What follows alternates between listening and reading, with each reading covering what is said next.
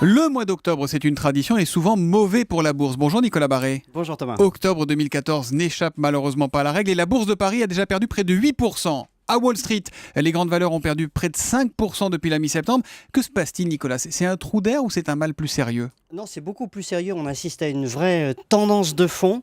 En fait, les marchés en ce moment s'ajustent à un nouveau monde où il y aura moins de croissance, moins de bénéfices et moins d'investissements. Non, c'est pas formidablement rassurant tout ça, Nicolas. Oui, alors cela dit, je préfère ce genre d'ajustement à un krach brutal ou à une bulle qui explose. Là, on y va par palier, en fait. Si vous voulez, les marchés s'ajustent au fait qu'il y aura moins de croissance. On le réalise très bien en Europe. On voit que les moteurs s'éteignent les uns après les autres. Regardez l'Allemagne, par exemple, qui est au bord de la récession. Et puis, j'ajoute que le niveau de dette dans tous les pays occidentaux fait que on risque d'être un peu plombé du côté de la croissance pendant un petit moment. Donc c'est l'autre raison de la baisse de la bourse, c'est quoi? C'est les perspectives de bénéfices moins Alors, bonnes, c'est ça? c'est la croissance des bénéfices. Vous savez, la bourse, ça monte quand on pense que les bénéfices vont continuer à croître.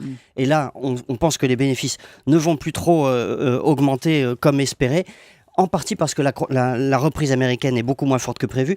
Et puis, il y a aussi une raison peut-être plus fondamentale qui tient au fonctionnement même du système capitaliste. Carrément, un problème systémique. Voilà, il y a quelque chose qui est préoccupant depuis un petit moment, c'est que, vous savez, les entreprises occidentales accumulent des montagnes de cash, de liquidités. Alors, cet argent, soit elles le gardent pour elles, soit elles le distribuent à leurs actionnaires, mais en tout cas, elles ne s'en servent pas pour investir et donc pour préparer la suite. Et la bourse, et le développement, voilà, et la bourse s'en inquiète parce qu'à long terme, évidemment, c'est une mauvaise chose. Aux États-Unis, par exemple, les trois quarts des bénéfices sont redistribués aux actionnaires, si vous voulez.